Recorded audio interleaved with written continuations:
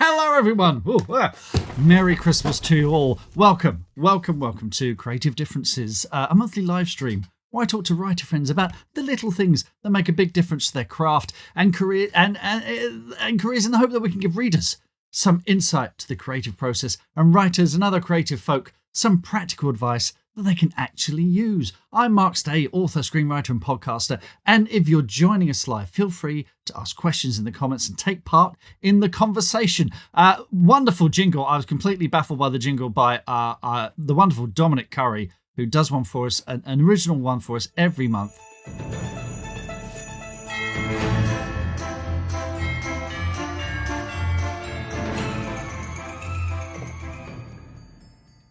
I just think it's such a Danny Elfman jingle that if Danny Elfman, if Dominic entered a Danny Elfman sound-alike competition and Danny Elfman was in it, he would come second, Danny Elfman. So I've said Danny Elfman far too many times. Look, let's get out of the way. My special guest is the author of the Bunny McGarry series, the Strangest Time series, of which Ring the Bells is the latest, and I loved it. And you know what? He even looks like Santa. It's going to be a very, very special show. It's only that Caimh McDonnell. Caimh, welcome to the Creative Differences podcast, sir. How are you? I'll be honest, I'm not Danny Elfman, so we should get that out of the way early, because that seems to have been, clearly we've had the double booking thing again where you were hoping for Danny Elfman. This happens to me a lot, really annoyingly. I'm very well, sir. I mean, I will get distracted throughout this, however long this is, by the bauble. I'm finding it weirdly fascinating in a way I cannot genuinely... By the way, I have headphones under this. My head is massive, but it isn't that massive. But anyway, hello. What was the question? How am I going so far? Are you well, sir? Are you well and festive? Are you feeling festive? Obviously, the hat helps. Yes, I'm grand. I mean, it's slightly weird because I've been sort of talking about Christmas since October when the Ring the Bells came out, which was genuine weird things about. Like, I honestly didn't realize this, but loads of people. I was asking last night just to see how many had in our Facebook fan group, and loads of people just sort of saved the book till Christmas, which was kind of weird. I was like, oh yeah, so loads of people say, oh yeah, I'm starting reading it this week. I was like, oh okay, because I didn't really, I don't have even like Hopefather I've read several times, but I've never actually read it at Christmas like everyone else seems to have done. Well, this is a really nice thing because I've got the Holly King, which you see there, number 4 there, the green one. That's very much my sort of Christmas special, and it's lovely because people message me and say, oh, I'm reading it for Christmas now, which is lovely. And they're sort of reading it every year, which is really nice. So it's a bit like having a Christmas single. And I'm very much like Cliff Richard in that I've never cracked America either. So, it's... On the subject, shout out Mark Burrows. I did an even with him there a while ago. Yes. He's written Mistletoe and Vinyl, which is a history of the Christmas #1, which is a fascinating read. And there's some cracking. As a Terry Pratchett fan, like I know you are, Mark, he also, yes. I'm very jealous because he gets to do footnotes because and he does, it is properly Pratchett-esque footnotes where it's very funny bits and some great, the original name of the enemy is hilarious. And there's a story about the Ladybirds band, which is, again, magnificent. Those are like weird little things. And the book itself was beautifully researched and genuinely really, really funny. 99p on the Kindle at the moment, apparently. I'll go in and grab it now. As is Ring the Bells, bizarrely. Let's talk about Ring the Bells there. It's the 5th Stranger Times novel. And for my money, it's the best one. It's the one I love the most. And yet it opens with bloodshed in a library. Tell us more. Yeah, it opens, proper Christmas book. Opens with a triple murder.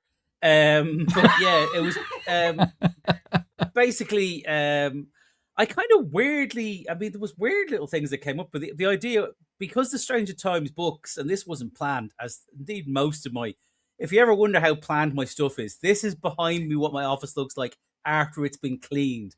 This gives you some idea what my brain looks like.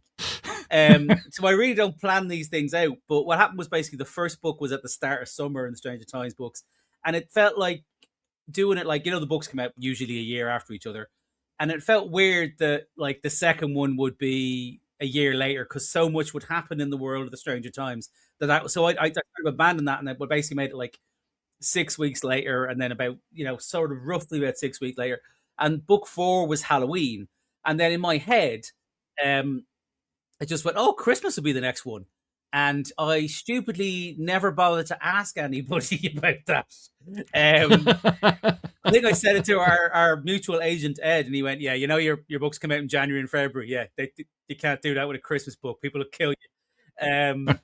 Which is why there's been a bigger gap. But yeah, and I sort of, I'll be honest with you, I actually had a week where they went, is there any way you could maybe do a non-Christmas book? And like, could you go away? And I literally came back and my brain was just like, no, we like this idea. Like the more I tried to work on any other idea, my brain just kept going, nah, definitely write this. You've got, like I said, an amazing backlist there. There's 5 in all. What is it about the Stranger Times series that keeps you coming back for more? Because you've got a wonderful ensemble now. You've got a great, bunch of characters. You're building up a great mythos here. But, it's having having done 5 in a series myself, it's kind of, I live in fear of repeating myself. But what keeps bringing you back for more? I think it's just because the world keeps wonderfully feeling like it's getting bigger. And the great thing is because obviously I do short stories. I doesn't know. I do short stories in the Stranger Times world as well, which is a sort of weird thing. I kind of ended up doing a podcast full of short stories. We actually brought out Tales from the Stranger Times, which is a collection of some of the short stories earlier this year. And they have been brilliant. And it's kind of just for building a world. And that thing where people worry about using using up ideas, like, oh, you need an idea for that, Yeah. And what I've found is the more you put into the world, like I do a short story, it gives me ideas for other things. Like there's a main character, Carol, in this book who appears, and she appeared in a random Christmas short story 3 years ago, but she ended up being a fundamental part of this one. And it's just great where it's like it just feels like there's all this stuff going on around the books and the world is so deep, and like it's really a question of trying to figure out where I'm going next because there's so many options. And I mean, even without obviously the short stories don't have to do that, but it has been wonderful just for building the world out. And as I said, certain things I plan and a lot of stuff I don't, as we kind of discussed. And it's weird how so much stuff sort of comes out of nowhere and just sort of feels like it's almost, it sounds a bit, highfalutin, but that weird thing where you feel like you don't kind of come up with something. You feel like it was just there and you kind of almost remember it. It almost feels like cheating at times. And I think I'm sure you've experienced that as well when you're writing. Sometimes it almost feels like this guilty thing when you go, oh, this is entirely new, but it doesn't feel like I came up with it. I'm back now. I mean, say about the Stranger Times is 5, but like Bunny McGarry books, there's I'm doing the ninth one of them now. I'm writing at the minute. I'm halfway through the Dublin trilogy. But yes, and then there's another 4 or 5 books with him in them as well. And I was always genuinely terrified, like kind of like you said about writing a series about, oh God, what happens if you run out of ideas, or you're worse, you've got this sense of dread that, oh, I've got to do this again. And I was honestly terrified of that being the thing. And the glorious thing is that I've never honestly experienced that. And I'm back writing Bunny now for the first time in really over a year, actually. And it's been delightful. It's been so much fun. That's the one. The mock up of the thing. We're still working on the cover. It's one of those covers are so tricky, man. But not that's not a fine attempt of my wife to get us on the ball. But yeah, that's the one that I've actually finished. That's the MCM Investigations one, which is that's the big steal. That's coming in March, isn't it? That's coming on March 17th, aka Paddy's Day. Brilliant. And then there's basically the one I'm writing now will come out in sort of end of the second quarter. And then as we'll come on to the third quarter, will be Ursula and the Virgins, which is kind of like the Stranger Times equivalent, very similar books, shall we say. Now, you mentioned Elaine there, Wonder Wife. You've written a book together, which has been published in Germany already. Yes. Coming to the UK at some point. Tell us more about that. Yeah, well, basically, we had this idea. We were over, because we love going to Germany. We've been over there like 3 or 4 times now, and it's great fun. We really like the publishers over there, really lovely people. And Dominic, the head of the publishing company, brings us out. I think he discovered the first time we were over there that we were mad keen to do a bit of sightseeing and stuff, and he likes doing that stuff. So basically every time we come over now, he brings us somewhere, and we do a bit of sightseeing and stuff. And we genuinely love him. We've met his family several times. They're lovely. And but he brought us on a walking tour of Cologne, and they told us this kind of, really it's a myth about Ursula and the Virgins, and the whole idea was the Huns were trying to invade the city, and they stopped them, but they refused to give up their virtue, so they got slaughtered. And And basically, the idea was at the time I said I'm going to write a Stranger Times short story based on something we find out today. I kind of gave myself that as a fun little writing thing. Oh wow! And I just thought I'll pick out something on this thing, and then I had this idea based on that.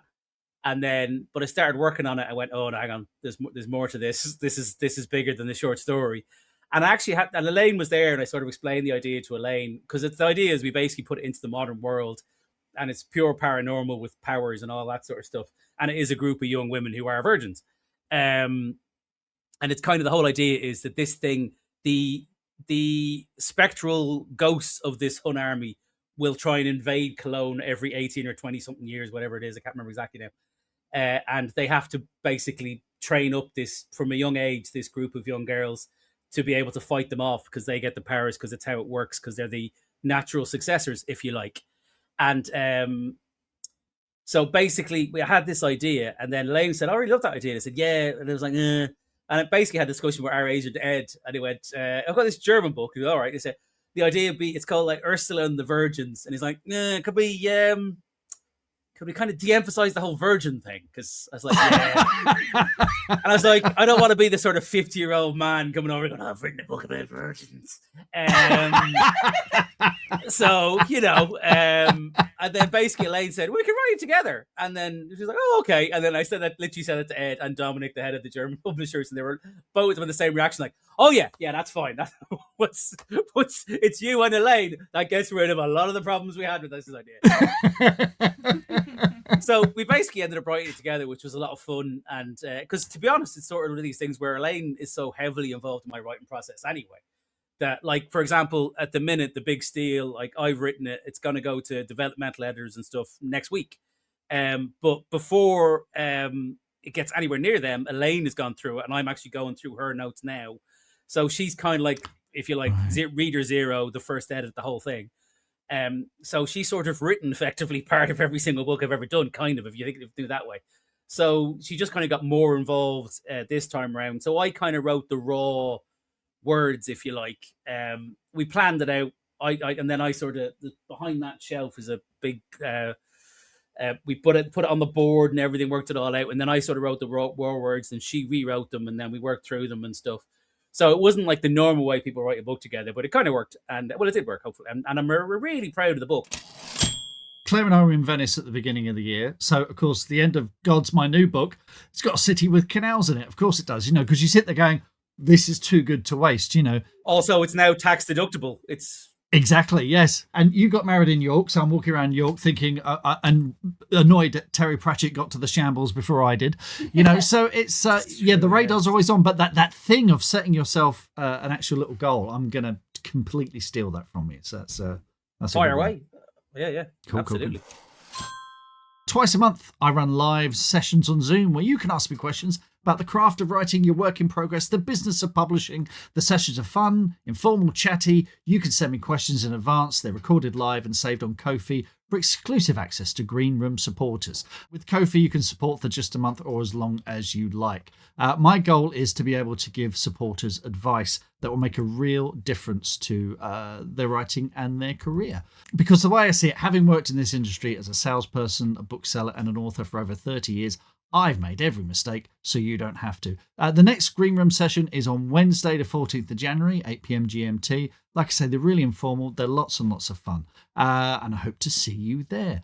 I've got books, and you can buy them from all good booksellers. But here's the thing. The End of Gods, that one on the right there, the green one there, the paperback of The End of Gods will be officially published on the 8th of January. But the ebook version is available right now. So here's the deal. If you pre-order the paperback of The End of Gods from me, you're going to get the ebook version for free. So go to my online store. You'll receive a link to download the ebook version, and you can choose from a Kindle version, EPUB, for Kobo, Apple, whatever. So the offer applies to End of Gods paperback orders that comes through my store only. There's terms and conditions when you click through on the link. The offer expires 1 minute before midnight, 1st of January 2026. Back to the show. And there he is.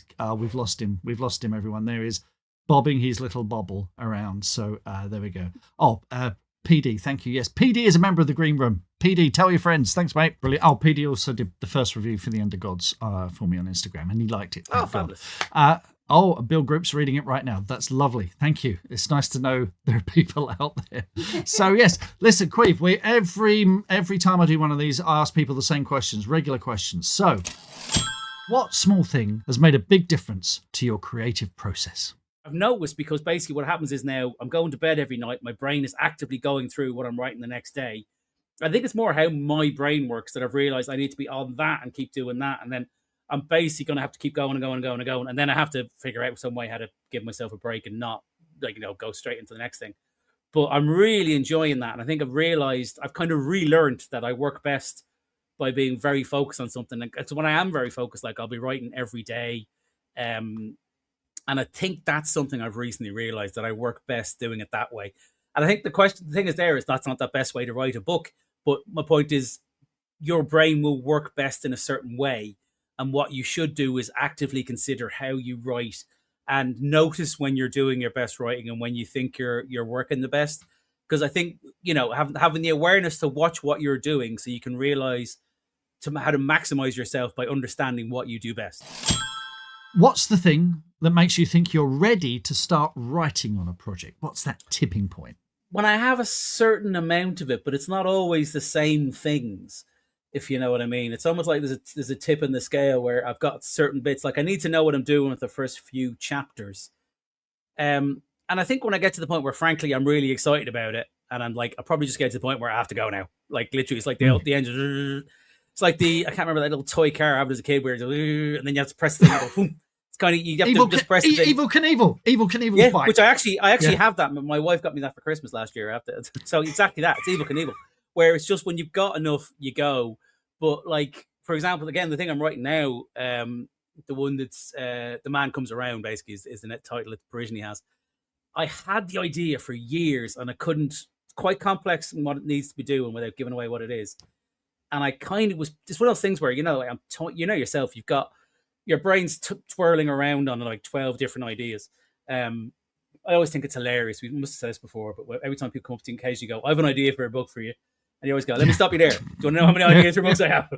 No shortage of ideas, mate. Thank you. Thank you. You can write it and we can split the money. Yeah, we can. That's very generous of you. Thank you. But yeah, so this idea was one that was like, again, I have, like, if you asked me what the next Bunny book I was going to be writing, I had like 3 or 4 others that were like literally winning the race. Yeah. And this thing was like way off in the distance. And all of a sudden it just came, way! And I just kind of got excited about it. And then I had to go. How do you know when you're done? Because your wife asked where the hell's that book you were supposed to have written. It's never one of these things where I'm never sure if it's done and stuff. But the way I write, I kind of know, like, that's the end. And as long as it's, I haven't left anything up in the air and stuff like that, it's usually just really obvious, if I'm honest. It's like knowing where to start's a lot trickier. The end, it's sort of, by that point, it's kind of done itself.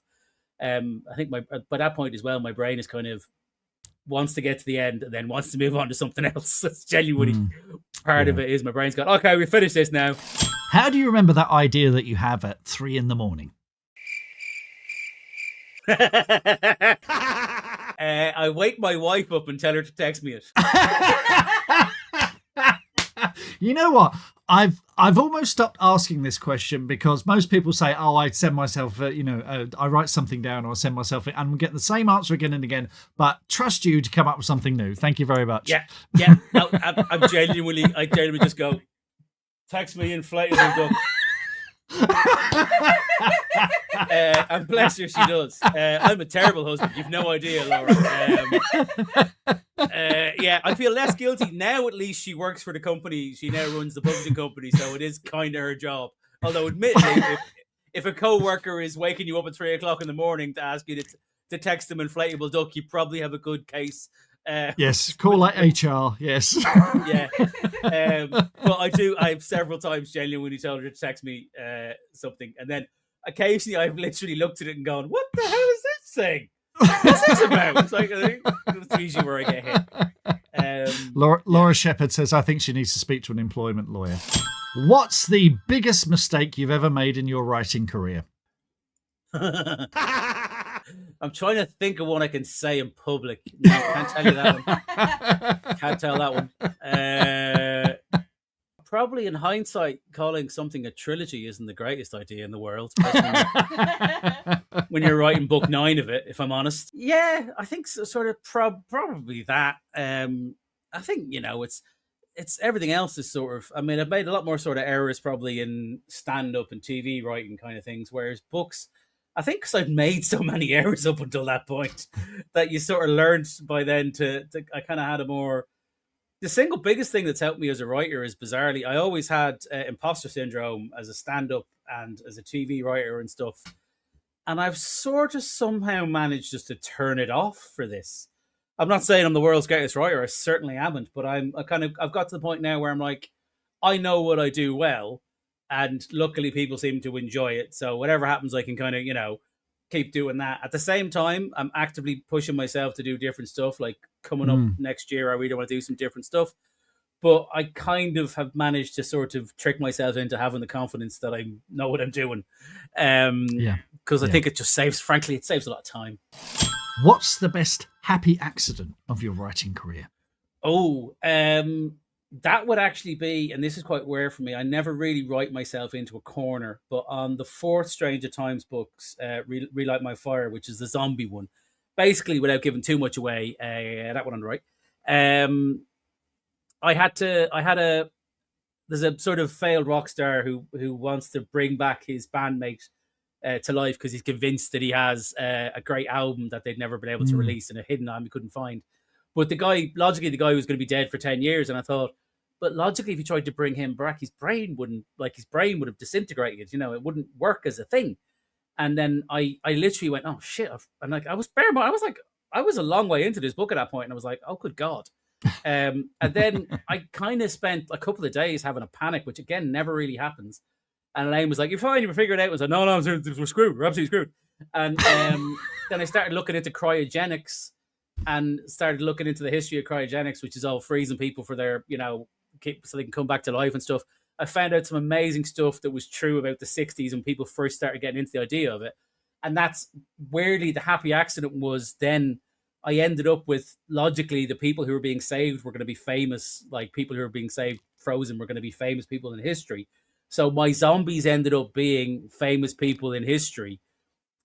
Such as, Jimi Hendrix, Margaret Thatcher, all these kind of different things. And that ended up making the book so much better. It's really fun. It was such a good idea. My friend Gary, who's a big zombie expert, he actually said, oh, that's going to get stolen. Like, that's such a good, I expect to see that film in the next 3 years, which was probably a sign that it was a good idea. But yeah. Is there a character or a story swirling around in your mind that you want to write, but you're not ready to write it yet? Oh God, how many? Is it one? I wish there was just one. Yeah, I've sort of like Bunny's origin story, the original, like the prequel to all the other prequels. That story's been there for ages. I've never got around to write. It would sort of explain a lot in his history. I haven't got around to writing it. There's a few different Stranger Times books. There's a standalone book set in the Stranger Times world that I am going to be writing that I've literally written a third of. And there's a lot of standalone. I think I am going to try. I want to write a standalone to sort of expand, push myself. But the problem is, as you know yourself, if you've got series, people are going, when's the next release coming out? And you're like, oh. Yeah. So you end up just sort of trying to feed the beast in the nicest way possible. So because of that, that's why I'm quite excited for next year, because I have 3 books, hopefully, in the pipeline. So I might give myself a little bit of space because there's a couple of ideas I really like that I want to do. Is that viral Netflix show everyone talks about based on Caimh's books? Nope, not unless you can see a swimming pool behind me. Why is it with writers and swimming pools? Yeah. What was it? One of my favorite ever stand-up jokes, and I can't remember whose it was, which is always terrible. But what was it? That such and such rock star died in a pool of his own vomit. It's like, God, imagine being that successful that you've got a pool. Sorry, Robin. Yeah, Sorry, no, Robin. I think I'm guessing you might be thinking of Stranger Things. No, if I'd have written that, I'd be, no, somewhere else. Will there be more Stranger shorts to listen to. You do these in audio, don't you, Absolutely. Quaive? To be honest, I've just remembered now I should have done the intro for the last Stranger Times short story of this series, which I've already got recorded. Probably be out in the next couple of days, actually. So yeah, that's Nice. always something I'm going to do because I really enjoy writing the short stories. So yes, absolutely, there will be plenty more of them. Do you find writing short stories is distracting and cannibalizes novel writing time, or does it give you a boost with new characters, ideas, motivation, etc.? You know, I got to admit, I'm kind of in that first camp. I always think I could spend, because it takes weeks to write a short story where I could be writing a novel, but you answer the question. I mean, it's certainly, look, I probably, if I didn't write any short stories, would I have written more novels? Yes, but I don't think overall my body of work would be as strong, if you like. I always say for new writers, definitely do short stories because it's a great way to complete something. Yes. Because I think it's so hard to go in and just go, right, I'm writing a novel. And you go, if you've not done it before, it's a hell of an undertaking. So yeah, I just find it's a great way of kind of, because, I've not really had any training whatsoever in what I'm doing. So I kind of have to train myself in a weird way. So I think that just sort of, gets me bouncing around. And yeah, I think it's a question as long as you can keep, don't stop writing a novel to start writing a short story. I think one of the things, like, as I said earlier on, I think now, especially, I know if I'm writing a novel, I really want to try and keep going and finishing it, because this year has been a lot of kind of doing things in 2 and 3 different chunks, and personally I find that a little difficult, but yeah. How do you know a story is going to be a trilogy rather than just a longer book? Is there not an immense danger of running out of steam midway through the commitment? That's from PD Dowling, who's just written the first book in a trilogy. Is it PD? So leading question here. With publishing deals and stuff, you kind of have, they ask you if you got ideas for all these things, but I don't worry about it. It's particularly if it's series, once you have the characters, you usually always have the first. If it's a trilogy, you'd have the characters, and by that point, I think you should know that you have loads of ideas for them. And if you didn't, then maybe that wasn't. It's probably about an indication that's not the best thing for you to be doing more of. But like the Ursula books, for example, I definitely have ideas for 2 more of them. We might make that into a trilogy. It's just a question of finding the time to do it and stuff. I have started writing some stuff and realized, or I started doing the prep work and then gone, this idea isn't quite there. But I've never had it once I've written something with characters. I've always kind of, by the end of that process, I've got a lot more ideas for them. But the Stranger Times, I have ideas of almost like this is the first, or you can maybe see this as the first and second phase currently, and then there's going to be the third phase. And there will be a point where what's in my head, and I genuinely don't know about this, is at the moment everything's kind of underground, and at a certain point it might get to the thing that they can't hide it anymore, and then maybe that sort of slightly further break from the real world. It's almost the Iron Man moment, spoiler for anyone who hasn't seen the original Iron Man movie, but at the end, up till that moment, all the superhero movies were about, they've got a secret identity and that has to remain a secret. And you can only keep that secret for so long without making the ensemble look like idiot. How has Lois Lane not noticed that he's Superman? That kind of thing. And ever since Iron Man, that's never really been a thing. It's, at the end where he says, I'm Iron Man, all the movies since then have gone, I didn't realize we could do that. I'm a massive, sorry, on the same point, I'm a massive fan of the latest Superman film, and I've previously never enjoyed Superman. Yeah, I've watched it like 4 times. I mean, I really was not a fan of Superman before that at all.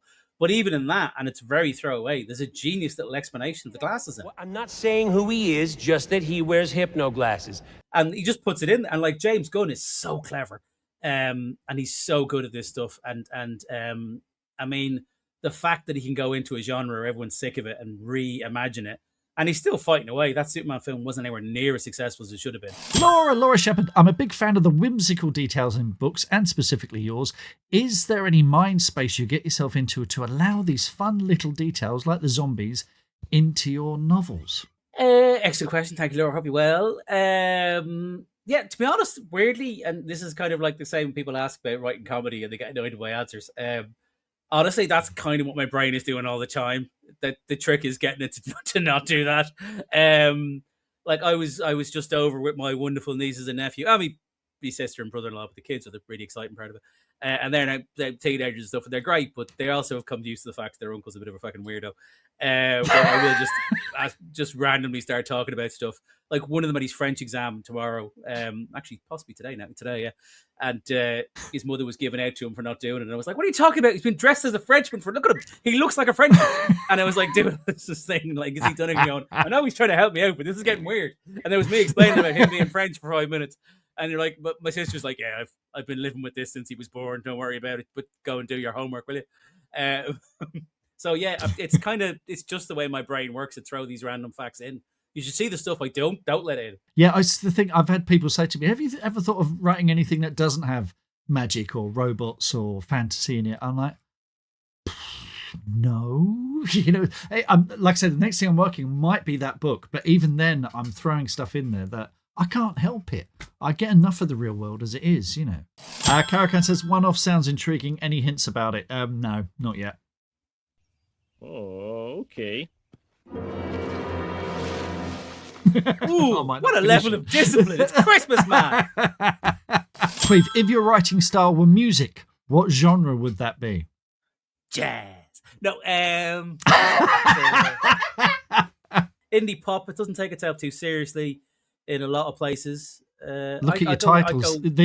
This charming man, love will tear us apart, relight my hair.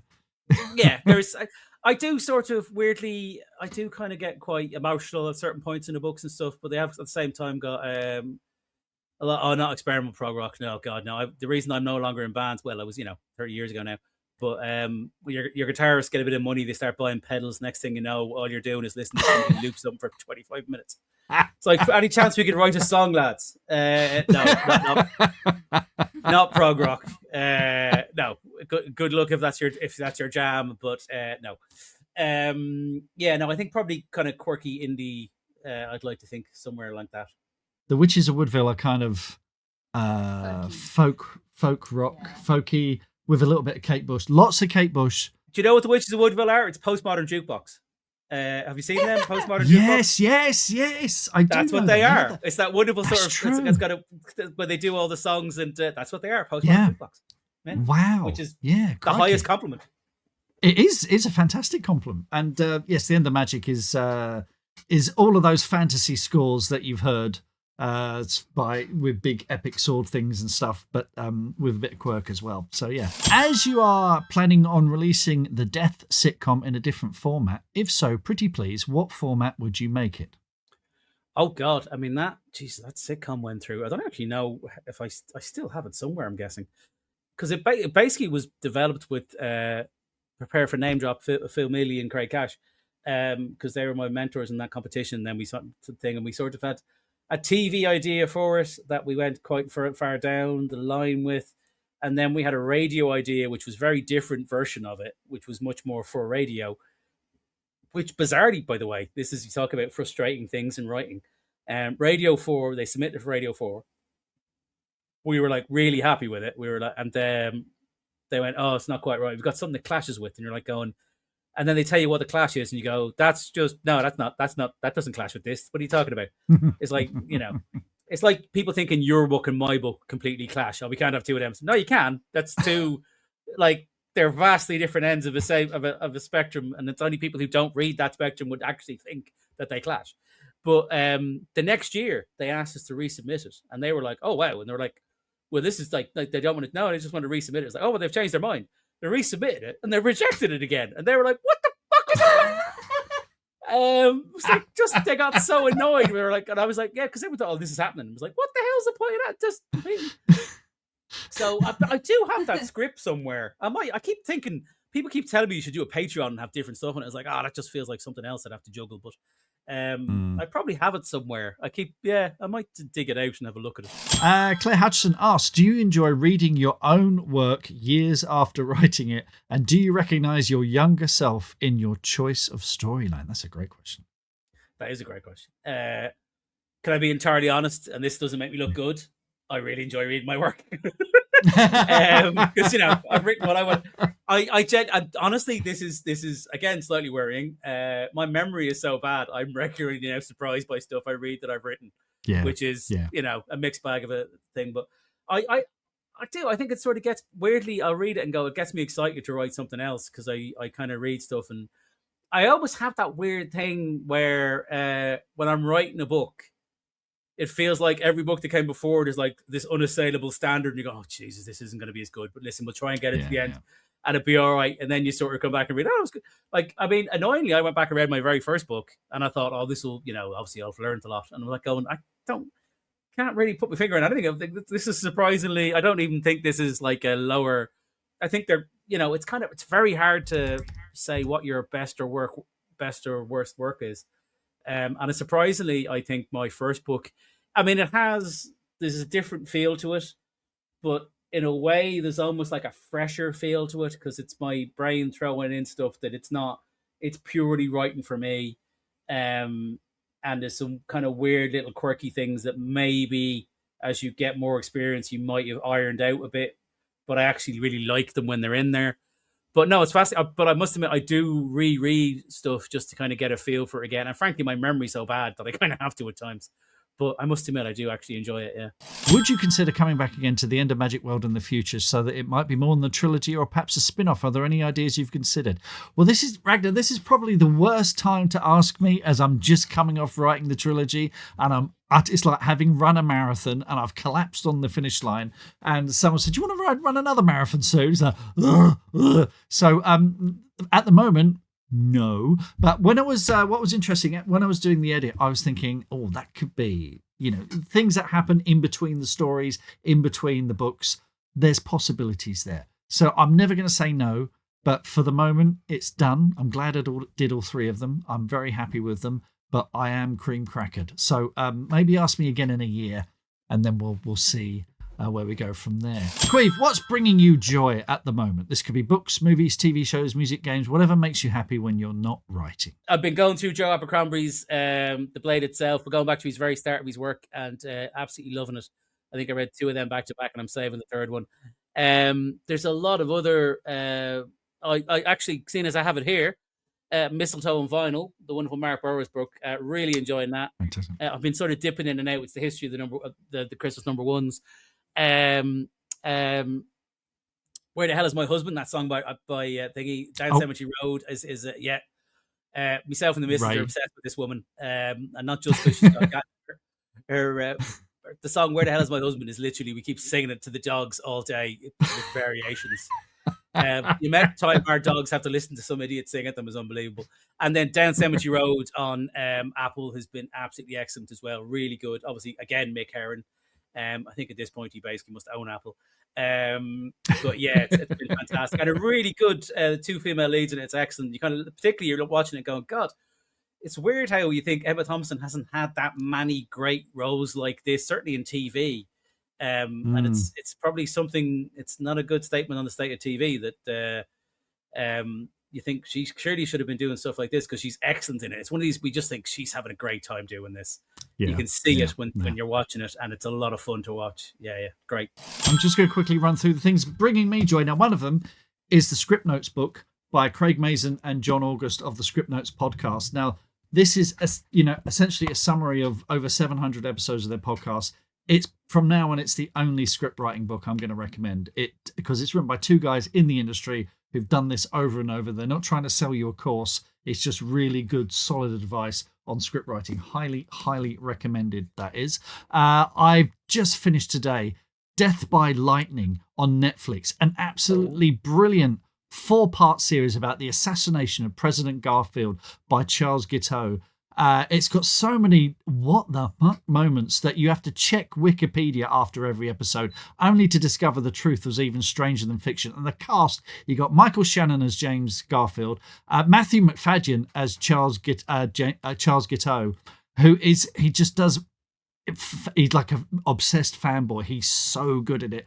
You got Betty Gilpin as Lucretia Garfield, Shea Wiggum, Bradley Whitford, Nick Offerman, Tuppence Middleton is in there as well. It's very, very highly recommended. And the thing that's just making my ears, just bringing joy to my ears, is the Wish You Were Here 50th anniversary. There's a slide guitar version of Wish You Were Here with no vocals that I feel like I've been waiting to hear all my life. It's lush and will no doubt be appearing on the end credits of trailers and end credits of shows in the future.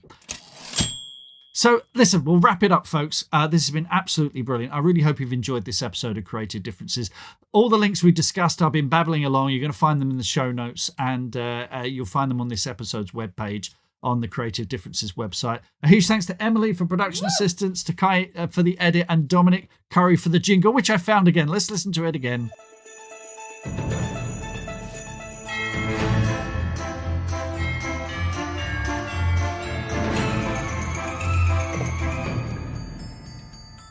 Absolutely brilliant. Thank you. Tremendous. And, really, it's even really got bells in. Listen, I mean, beautiful. Yeah.